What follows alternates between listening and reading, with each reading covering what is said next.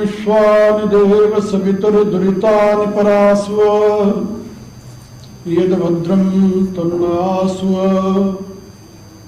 ॐ भूर्भुवः स्वः तत्सवितुर्वरेण्यं भर्गो देवस्य धीमहि धियो यो नः प्रचोदयात्। ॐ यो वै श्रीरामचन्द्रः स भगवान् अद्वैतपरमानन्दात्मा यत्परब्रह्म भूर्भुवः स्वः तस्मै वै नमो नमः।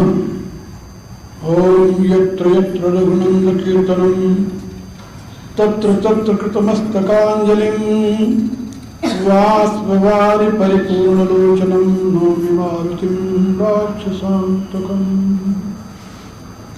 ॐ शान्तिः शान्तिः शान्तिः। श्री राम जय जय राम। श्री राम जय जय राम। श्री राम जय जय राम। श्री राम जय जय राम। श्री राम जय जय राम। श्री राम जय जय राम। श्री राम जय जय राम। श्री राम जय जय राम। श्री राम जय जय राम। श्री राम जय जय राम।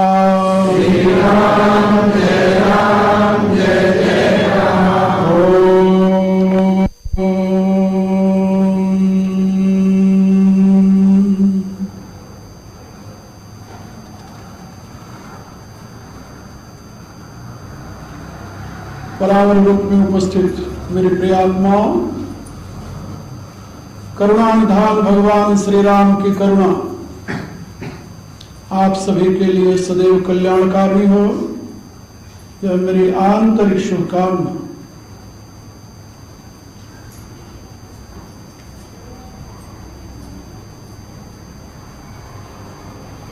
बहुत वर्षों के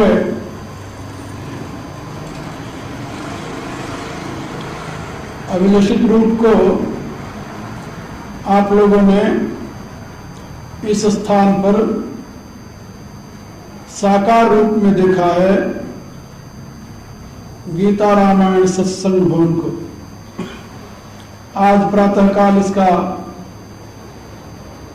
उद्घाटन किया गया और यह विशाल कक्ष उदयपुर की जनता के लिए धर्म प्रचार, धर्म शिक्षण और धर्म बोध के लिए समर्पित किया गया। बड़ी प्रसन्नता की बात है और बड़े संतोष का विषय है कि आपके नगर में सनातन धर्म का यह एक ऐसा स्थान बन गया है जहां से वेद से लेकर के हनुमान चालीसा तक के वैदिक सिद्धांतों को यहाँ की जनता तक पहुंचाने का सौभाग्य प्राप्त होगा। यह तो केंद्र वैसे ही गीता और रामायण के प्रचार से संबंधित केंद्र है, वर्षों से काम कर रहा है और अब विशेष रूप से यहाँ यह कक्ष बन जाने से आप लोगों के लिए हर एक मौसम में सुविधाप्रद रहेगा। गर्मी, बरसात, सर्दी, किसी भी मौसम में आप यहाँ से धर्म बोध का लाभ प्राप्त कर सकेंगे। सौभाग्य से आज वर्ष प्रतिपदा भी है। हमारे सनातन धर्मानुसार आज से ही हमारा नया वर्ष प्रारंभ होता है, चैत्र शुक्ल प्रतिपदा से। और हमें अब तक जितने भारतीय मनुष्यों द्वारा संस्थापित संवत पढ़ने को मिले हैं, सभी का प्रारंभ चैत्र शुक्ल प्रतिपदा से हुआ।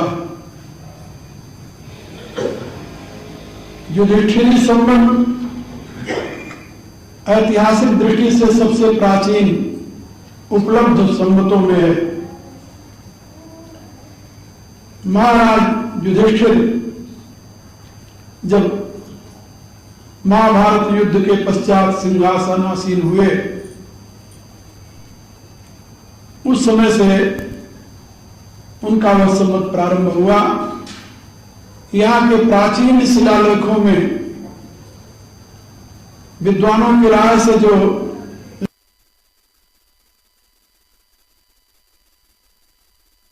उनमें उस संवत का उल्लेख, इस संवत का भी उल्लेख है। और हमारे पंचांगों में सृष्टि संवत का भी उल्लेख आपको मिलेगा। और जो हमारे यहां प्रचलित है वो विक्रमी संवत है। सृष्टि संवत, युधिष्ठिरी संवत, कली संवत और विक्रमी संवत, ये हमारे यहां बड़े प्रचलित संवत। और इन सभी का प्रारंभ चैत्र शुक्ल प्रतिपदा से स्वीकार किया गया है। और भगवान श्री कृष्ण के नाम पर एक श्री कृष्ण संवत प्रचलित है, वह भी चैत्र शुक्ल प्रतिपदा से ही स्वीकार किया गया है। मेरे कहने का अभिप्राय कि हमारे हिंदू विचारधारा में, हमारी संस्कृति सभ्यता, हमारे धर्म में, हमारे दैनिक जीवन में जो कुछ भी निमित्त कार्यक्रम किया जाता है, सभी के लिए आज का यह दिन वर्ष का प्रथम दिन के रूप में स्वीकार किया जाता है। और आज के इस शुभ दिवस पर मैं आप लोगों को इस गीता रामायण भवन और इसके साथ ही यहाँ के कार्यक्रम के साथ नए वर्ष की अनंत मंगल कामनाएं व्यक्त करता हूं। आप सबों को हृदय से बहुत बहुत आशीर्वाद भी देता हूं। प्रभु से प्रार्थना करता हूं कि यह वर्ष आप सबके लिए सदैव कल्याणकारी, मंगलकारी हो। इसके साथ ही आज प्रातः काल यहां पर श्री रामचरितमानस का नवान पारायण प्रारंभ हुआ और उसके साथ ही यज्ञ भी प्रत्येक चौपाई के साथ आहुति प्रदान करते हुए चलता रहा। बहुत से लोग प्रातः काल के उस कार्यक्रम में भाग लिए। आप लोगों में से जो ना आए उनसे मैं कहूंगा कल से अवश्य उसमें भाग लें, उससे उनको एक अच्छा संस्कार मिलेगा। मैं विचार करता रहा कि यहां 9 दिन हमें बोलना है, किस विषय पर बोला जाए। लोगों की राय है रामायण पर ही बोले। बहुत वर्षों से रामायण पर बहुत कम बोलने का अवसर मिलता है। विदेशों में रहता हूं, वहां रामायण पर व्याख्यान देने की बातें नहीं होती। कहीं कहीं पर बोलता हूं। भारत में भी अधिकांश समय हमारा उपनिषदों, गीता और दर्शन शास्त्र की व्याख्या में व्यतीत होता है। आजकल मेरे कार्यक्रम का मुख्य उद्देश्य है विज्ञान और धर्म का समन्वित यानी प्रचार और प्रसार। धर्म की धारणा को विज्ञान सम्मत सिद्ध करना और उसे जनमानस तक पहुंचाने का प्रयत्न करना। इसी में मेरे बहुत से और भी शिष्य निरत हैं। विदेशी भी बहुत से शिष्य हैं मेरे, जो इस सनातन धर्म को वैज्ञानिक रूप से जनमानस में प्रतिष्ठित करने का प्रयत्न कर रहे हैं। मैंने लोगों से ये स्पष्ट शब्दों में कहा है कि धर्म जो है वह विश्वास का विषय नहीं है। इसे आप लोग फिर समझ लें। मेरे विचार से धर्म विश्वास का विषय नहीं है, यह विवेक का प्रकाश। सांख्य शास्त्र के विशेष करके अनुयायी हैं।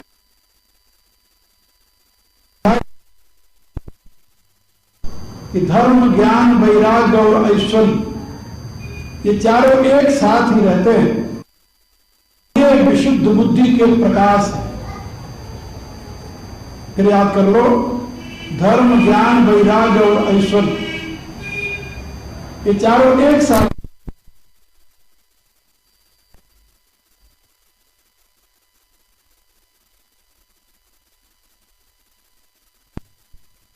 बुद्धि से धर्म, ज्ञान, वैराग्य और ऐश्वर्य की उपलब्धि होती है। अशुद्ध बुद्धि से अधर्म, अज्ञान, राग और दरिद्रता का जन्म होता है। इसलिए भगवान कपिल के निर्देशानुसार धर्म का मूल स्रोत विशुद्ध बुद्धि, और इसी बात को महात्मा मनु ने भी अपने स्मृति ग्रंथ में उद्धृत किया है। यह तर्के नाम सिद्धंते सधर्मम वेदनेतर। जो तर्क के द्वारा, बुद्धि के द्वारा, युक्ति के द्वारा, विवेक के द्वारा अनुसंधान करता है, वही धर्म को जान पाता है, दूसरा नहीं जान पाता। मेरे कहने के प्राय धर्म विश्वास का विषय नहीं है, फेथ का विषय नहीं है। फेथ का विषय रिलीजन हो सकता है, धर्म नहीं हो सकता। धर्म और रिलीजन में बड़ा अंतर है। रिलीजन शब्द का अर्थ धर्म नहीं है, धर्म शब्द का अर्थ रिलीजन नहीं है। ये तो भारत में दुर्भाग्यवश ऐसे लोगों के हाथ में सत्ता आई जो यथार्थ धर्म के अर्थ को नहीं जानते थे, और उनको धर्म का अर्थ रिलीजन समझ में आया और रिलीजन का स्थान धर्म को दे दिया। और इस दृष्टि से उन्हें यह निश्चय करना पड़ा कि हमारा रिलीजन से दैनिक जीवन में कुछ लेना देना नहीं है। रिलीजन का दैनिक जीवन में, वर्तमान जीवन में क्या प्रयोग है? रिलीजन माने फेथ इन अननोन पावर। अंग्रेजी में रिलीजन शब्द के कई अर्थ हैं, उसमें से जो प्रचलित अर्थ है वह है रिलीजन माने फेथ इन अननोन पावर। अज्ञात शक्ति में विश्वास का नाम रिलीजन है। फिर से समझ लो आप लोग। वैसे रिलीजियो ऐसा दो शब्दों को मिलकर के ये रिलीजन बना है। इसका जो रूट है अंग्रेजी में वो मैं आप लोगों को बता रहा हूं।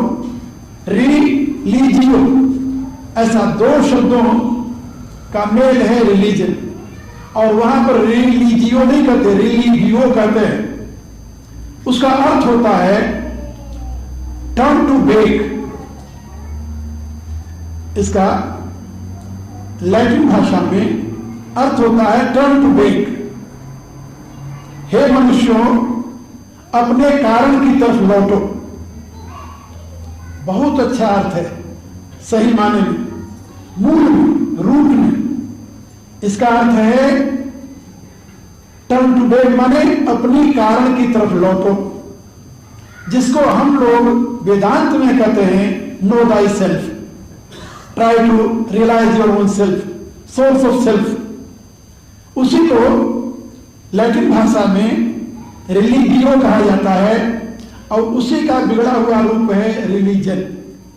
और इसका अर्थ बाइबल के विद्वानों ने आकर के किया फेथ इन अननोन पावर।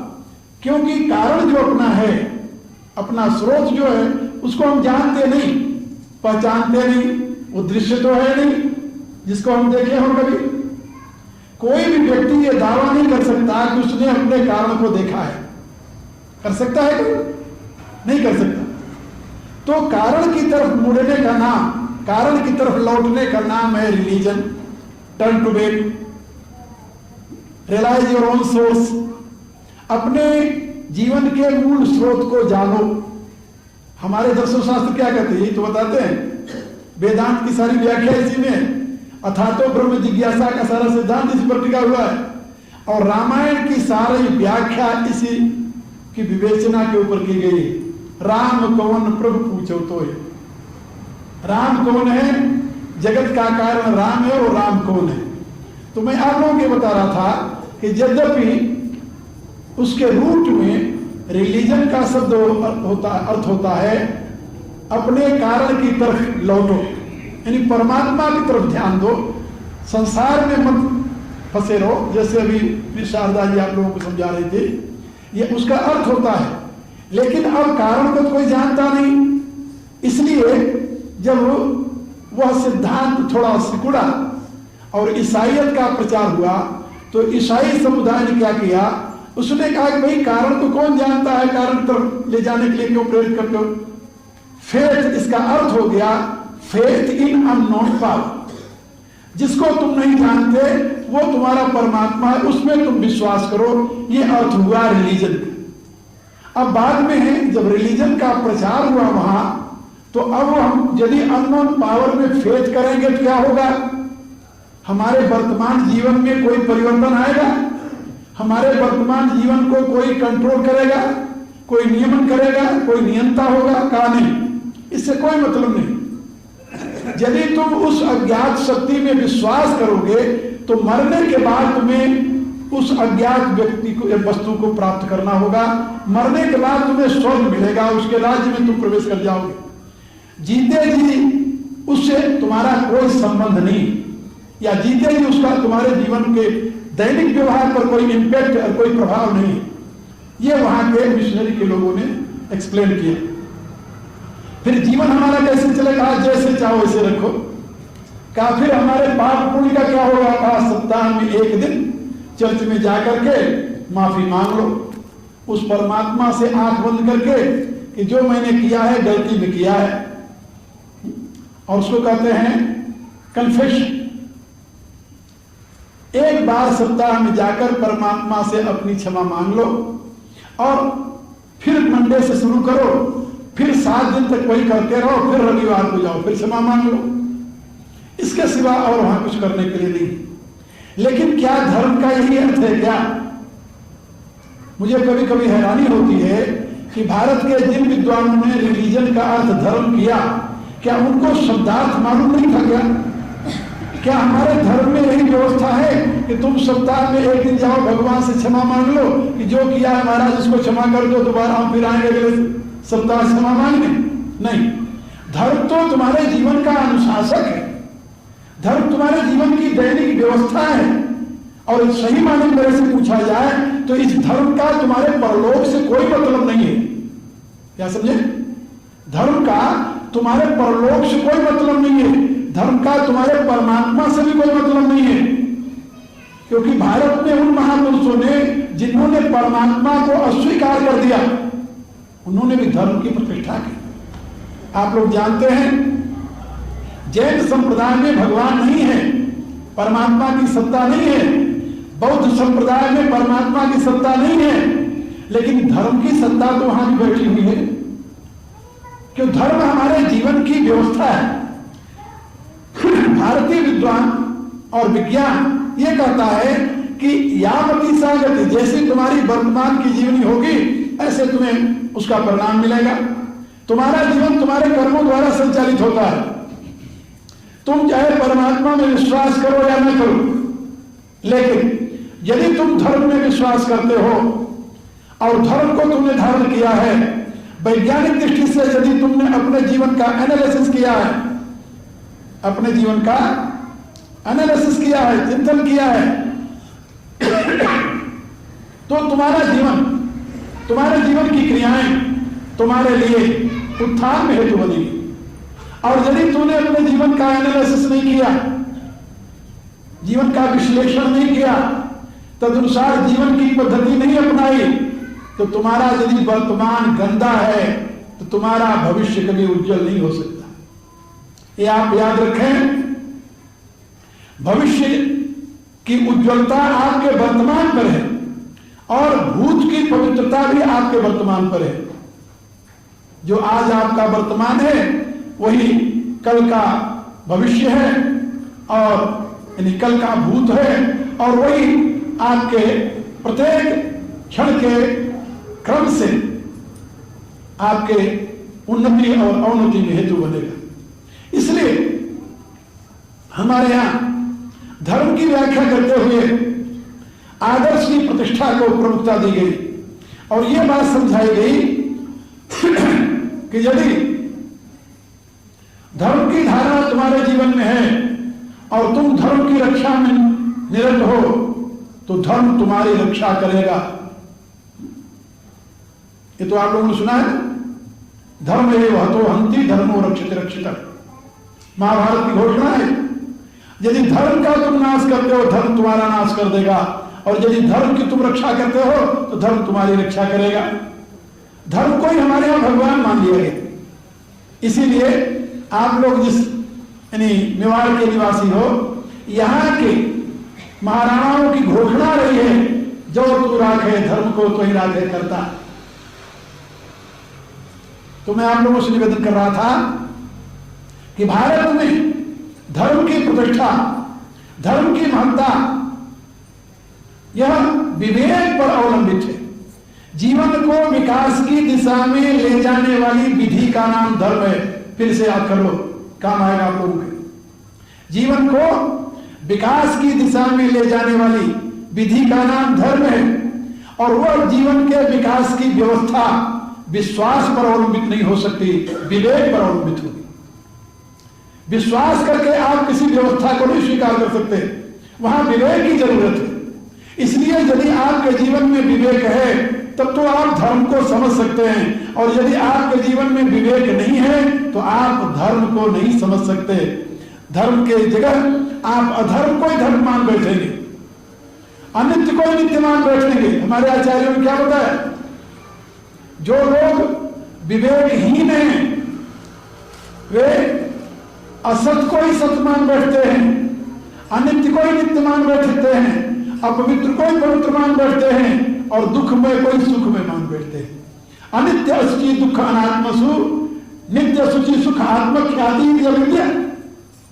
और इसीलिए यह बात समझाई गई कि धर्म का मूल स्रोत क्या है, कहा विद्या। सुख का मूल स्रोत क्या है, कहा विद्या। कहा अमरत्व का मूल आधार क्या है, कहा विद्या। विद्या विद्यते अमृतम, और विद्या अमृतम अश्नुते। विद्या के बिना न आपको धर्म का बोध होगा, न अमृत की प्राप्ति होगी, न मृत्यु से आप उबर पाएंगे। विद्या इसमें मूल हेतु है। और भारत में वे महापुरुष हमारी दृष्टि में जब जब पृथ्वी पर विवेक विहीन विश्वास की प्रतिष्ठा होती है, तब तब अनेक रूपों में दैवी शक्ति प्रकट होकर के मानव के लिए मार्गदर्शन का कार्य करती है। उसी को हम अवतार कहते हैं।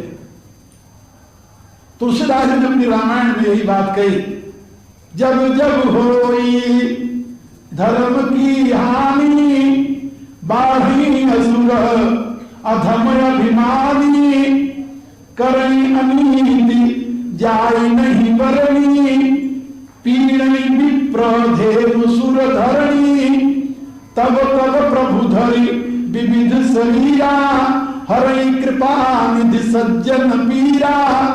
कहा परमात्मा अपने आप को विविध रूपों में प्रकट करता है। कहा कब प्रकट करता है, कहा जब जब हो धर्म की हानि। धर्म की हानि कब होती है, कहा जब समाज से विवेक दृष्टि नष्ट हो जाती है, तब तब धर्म की हानि होती है। धर्म का मूल स्रोत विवेक है, जैसा मैंने पहले निवेदन किया। जब विवेक दृष्टि का ह्रास होता है, विवेक दृष्टि का ह्रास कब होता है, तुलसीदास जी कहते विवेक दृष्टि के लिए सत्पुरुषों का संग चाहिए। बिन सत्संग विवेक न होई, बिना सत्संग के विवेक नहीं होता। विवेक के लिए सत्पुरुषों का संग आवश्यक है, और और सत्पुरुषों का संग प्रभु कृपा से प्राप्त होता है। बिनु सत्संग विवेक न होई, राम कृपा बिनु सुलभ न सोई। क्योंकि सत्संगति मुद मंगल मूला, सोई फल सिद्धि सब साधन भूला। वो कहते हैं कि सत्संगति के बिना विवेक नहीं, बिना भगवत कृपा के सत्संगति नहीं मिलती। और सत्संगति जो है वही समस्त मंगलों का मूल है, समस्त कल्याणों का मूल है। यदि आप अपना कल्याण चाहते हैं तो स्वयं को सत्पुरुषों के संग में ले जाइए। सत्संगति से आपको सत और असत का बोध होगा, नहीं तो आप कहां से समझेंगे। सत असत के बोध का प्रकाश आपके अंदर कहां से होगा? सत्संगति से। असत संगति में बैठ करके, असत में अनुरक्त होकर के, असत का चिंतन करके आप कभी अपने आप को सत के प्रकाश से युक्त नहीं पा सकते। ये बात याद रखें। इसलिए गोस्वामी जी का कथन है कि जब जब धर्म की गलानी होती है और अधर्म बढ़ता है, अधर्म किसे कहते हैं?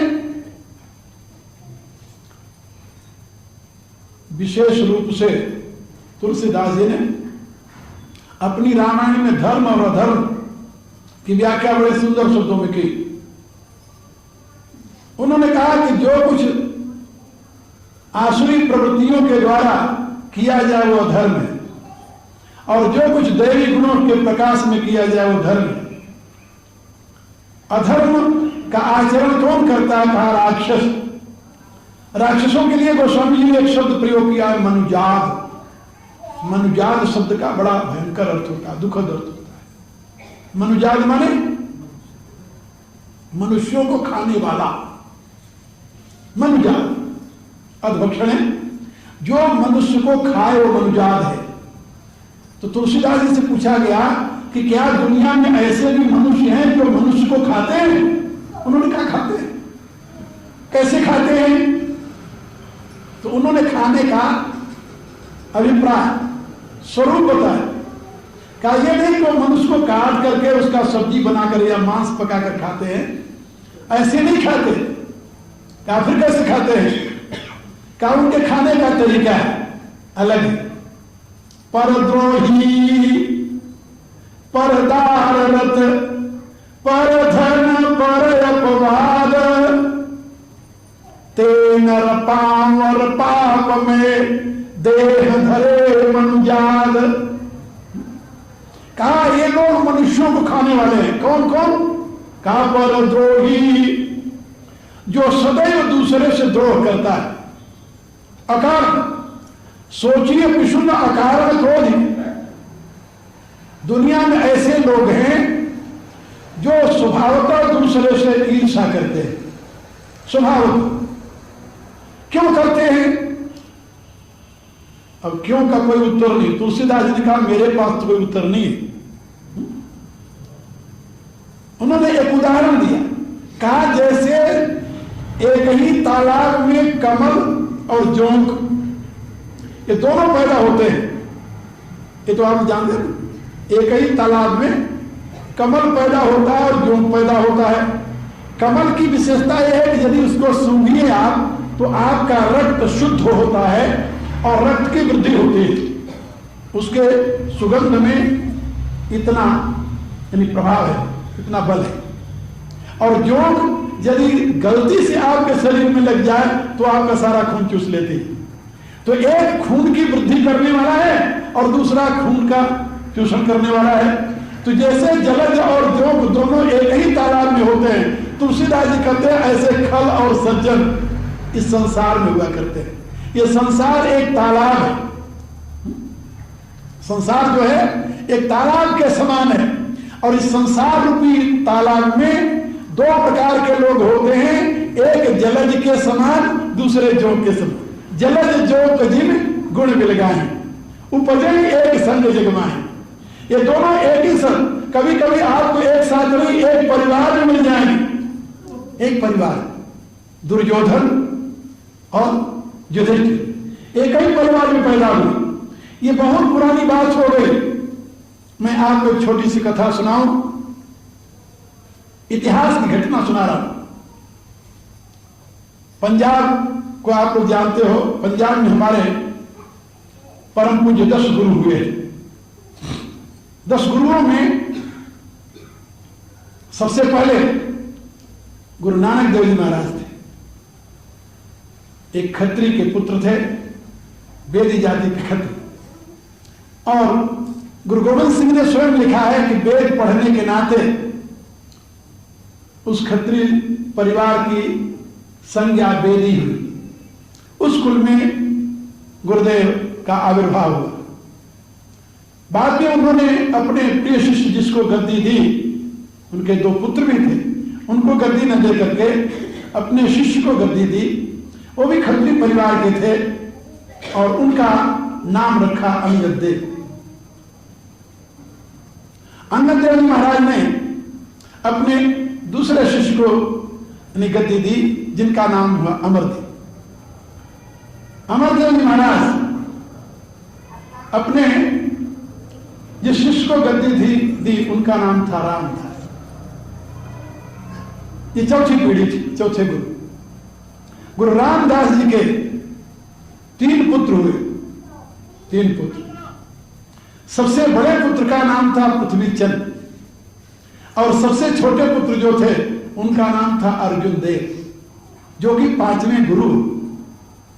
अब आप देखिए, एक ही मां और एक ही बाप, पिता कौन? गुरु रामदास, महान तत्वज्ञ, महान संत, और मां वही उनकी धर्मपत्नी जिसने गुरु अर्जुन देव को जन्म दिया था